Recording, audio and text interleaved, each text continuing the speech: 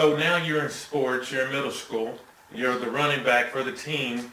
Now let's go to the classroom. We come from Nigeria's classroom and even Nigeria's sports to where it's track and field, but basically we just got field with no grass. Yes. And you're in America now, living with your brother. You're on the football team. Let's do a little compare and contrast. How would you compare the football field and the sports here versus the ones there? What differences could you see? Well, there's a huge contrast, a huge disparity. It's like from 1 to 100% difference. In the United States, of course, the sports is much more organized, first of all. Parents are much more involved, which is very important to encourage the kids to participate in sports. We had a field, of course, for soccer. We had a field for American football, for baseball, track and field. All those facilities were present at this junior high school that I was attending. But most importantly, the sports were so organized that on Tuesdays, 7th graders play. Everybody comes out to watch them. On Wednesday, 8th graders play. 9th grade, Thursday, and then you've got diversity that plays on Friday night. Varsity is the upper level, that's the 12th and 11th graders. And then, of course, on Saturday, universities play. So sports in the United States is very well organized, and it was back then.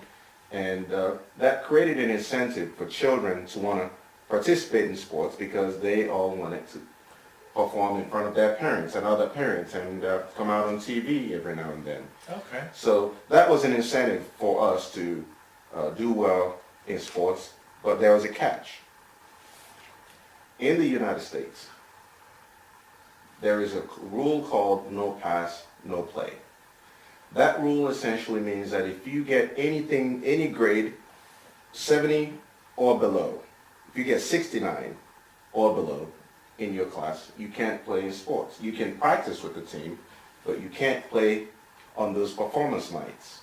So, of course, that created an incentive. That was a driving force that became a fuel for all of us to try to pass, make sure we have 70 and above, 70% up and above in all our grades, so we can perform on the designated night based on your grade.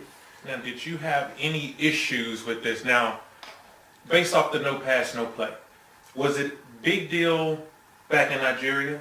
Did you notice a big influence, or are they focusing more on no pass, no play? There was no pass, no play. There is no such thing in Nigeria in terms of no pass, no play.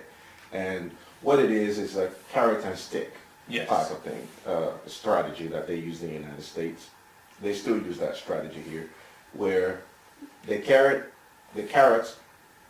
is the performance. You're going to come out and perform. Scouts will come out and watch you.